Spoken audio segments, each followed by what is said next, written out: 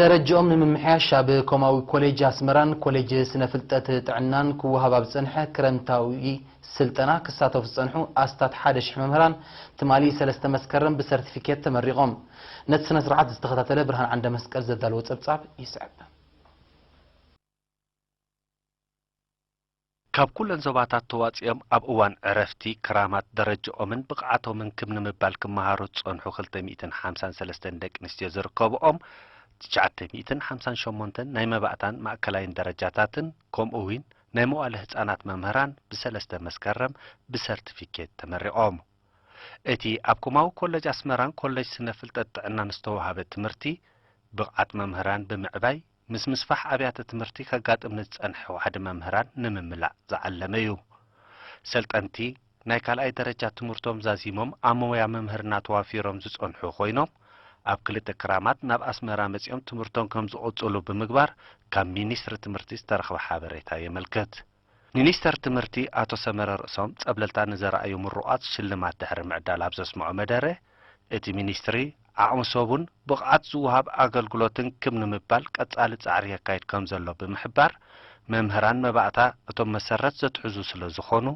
ነዝረትን ሓላፍነት ተገንዚቦም ብትግሃትን ተገዳስነትን ንጥፈታቶም ከሰላስሉ ተሓሳሲቡ ሓላፊ ኮማው ኮሌጅ ኣስመራ መምህር ዓለም ገብረቃል ብወገኑ እቲ ኮሌጅ ኣብዚ እዋን እዚ ሓድሽ ኣገባብ ኣመላምላ ሕጽያት መምህራን ኣታኣታቲ ከም ዘሎ ብምግላጽ በዚ ሜላዚ ብደረጃ ዲፕሎም ዝመሃሩ ዘለዉ መምህራን ኣብ ቀረባ እዋን ክምረቑ ምዃኖም ኣብርሂቡ ኣብታ ኣጋጣሚ ነቶም ኣብ ናይ ሰርቲፊኬት ትምህርቶም ጽቡቕ ነጥቢ ዘመዝገቡ ሕጽያት መምህራን ናብ ደረጃ ዲፕሎም ንምስግጋር ሚኒስትሪ ትምህርቲ ባይታ ከም ዝፈጠረሎም ተገሊጹ ኣብ ዞባ ደቡብ ዝርከባ ዲጋታት ብዘሎ ህጡር ክራማት እኹል ማይ ከም ዝሓዛ ክኢላታት ገሊጾም እቶም ክኢላታት ነዝገለጹ ንዲጋታት ሎጎን ምስላምን ኣብ ከባቢአን ዝሰላሰል ዘሎ ልምዓታውን ትሕተ ቅርጻውን መደባትን ንምዕዛብ ብሰለስተ መስከረም ዑደት ንዘካየዱ ኣባላት ህግደፍ ንኡስ ዞባ ማእከል ከተማ ኣስመራ ኣብ ዝሃቦ መብርሂ እዩ እተን መርኣያ ውሽጣዊ ናይ ምግባር ዓቕሚ ዝኾና ዲጋታት ኣብ ሙሓስ ቀረብ ስተማይ ሰብን ጥሪትን ከይተደረታ እካል ፍረታትን ኣሕምልትን ብዝሰፍሐ መልክዑ ብምዕባል ቀረብ ንምርጋጽን ዕዳጋ ንምርጋን ዓብይ ኣስተዋጽኦ ከም ዝህልዎን ይእመን ጸሓፊት ህግደፍ ኣብቲ ንኡስ ዞባ ወይዘሮ ትዕግስቲ ገብራይ ኣብ ዝሃበቶ ሓበሬታ እቲ ዑደት መቐጸልታ ናይቲ ኣብ ባይታ ንዝሰላሰል ዘሎ ልምዓታዊ መደባት ብኣካል ንምዕዛብ በብኸባቢኡ ዝውደብ መደባት ምዃኑ ሓቢራ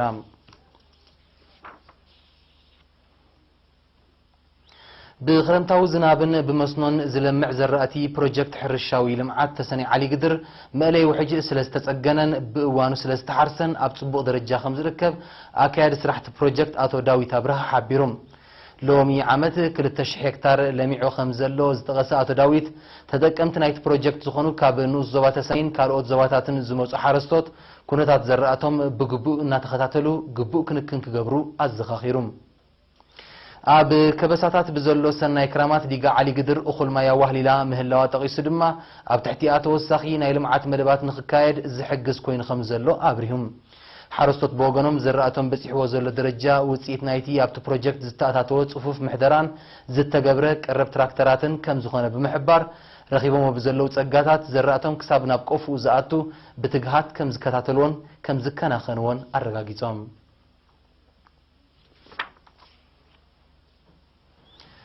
نبرتي من محدار كابي عدفكاي نوزوبا حجاز بوحج اب حرشوم غدات نزوردم وغنات كم زحجزو وكيل إيرينا خبط بوتا حبيروم اما حضرت من محدار كابي اتو سعيداي ادم ابزهابو حبريتام تحجز ابز حلف اوان ابتخابي اب 35 هكتار بوحج استدمسس زراتي بهزباوم اتو داغماي بمزراء كم استخايد بمبرا ابز اوان اب درجه بقلن غوسيان كم زركب ابريهم نبرتي كاب درجات صحيا جميروم زرأتهم ابقفو كساب زاتو ابن نحدحدهم نمدققاف كومون نسدرا سوات نايم حقازن متوار مدبات تسريعو كسرحلو مخانو قاليتم بزي كازي محبر اقولقلوت نمسفاح ابتي محدار كابي استوارده بروجكت ماين تكال تعنان اب طرنافه نبرت ممحياش من نابرون العلا بركتو يقبر كمزولو زحبرو اتو سعيداي مسمهلاو تطوح صرقيا حزب تملالس اوتوبوس كتمدبلهم تصويعم كاب كتم حجاز نشنخ دوباوي معراب 15 كيلومتر رحيقة تركب من محدار كابي عدفكاي كل تشحن 400 النبرتي اللوام ኣብ ዝሓለፈ ሳልስቲ ኣብ ንሱ ዞባታት ድገ ፎርቱሳዋን እምነ ሓይልን ዝወቕዐ ዝናብን ንሱ ዘስዓቦ ውሕጅን ኣብ ሰብ ዘራእትን ጥሪትን ጉድኣት ከም ዘወረደ ወኪላት ኤሪና ሓቢሮም ኣብ ንሱ ዞባ ድገ ምምሕዳር ከባቢ ኬሩ ብ29-30 ነሓሰ ብዝወቕዐ ብርቱዕ ዝናብን ካብ ርሑቕ ከባቢታት ዝመፀ ሓያል ውሕጅን ኣብ ሩባ ሞገራይብ ክልተ ሰባት ብውሕጅ ክወስድ እንከሎ